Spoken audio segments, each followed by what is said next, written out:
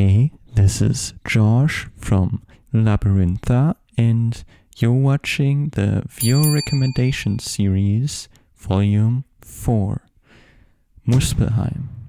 I really wanted to do this one because Muspelheim is the number one band in our What Other Fans Listen To category on Spotify, and vice versa. Muspelheim mixes death metal with black metal influences, perhaps even some groove metal. The production is quite raw. It has a little bit too much edge for my taste. There are definitely some weird and questionable mixing decisions here. It sounds like the vocal is panned slightly to the left, and the guitars overall are panned slightly to the right. The vocals in World of Ash eat away at the other instruments, and it feels like there's not enough space for everything when the vocals are there. Perhaps the track is overcompressed. The lead guitar in The Walk of Death is significantly louder than the vocals. The bass tone in that song does sound sick though.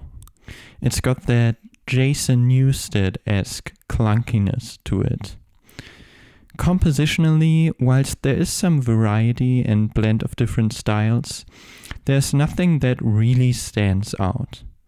Muspelheim sticks to the basics when it comes to riffs, with fast, tremolo-picked black metal riffs on World of Ash, and some slow, Pantera-esque power chord riffs on The Walk of Death.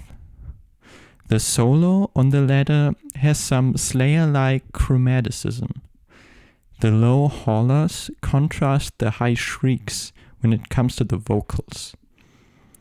My overall score for this band is 5 out of 10. Magician of Darkness. Magician of Darkness describe themselves as folk metal mixed with black metal and dungeon synth. This is exactly how my band describes itself too. Their biggest song, I'm a Vampire, sounds very reminiscent of Curtain Wall's Fear of God. Perhaps another one of Jesse Terra's side projects.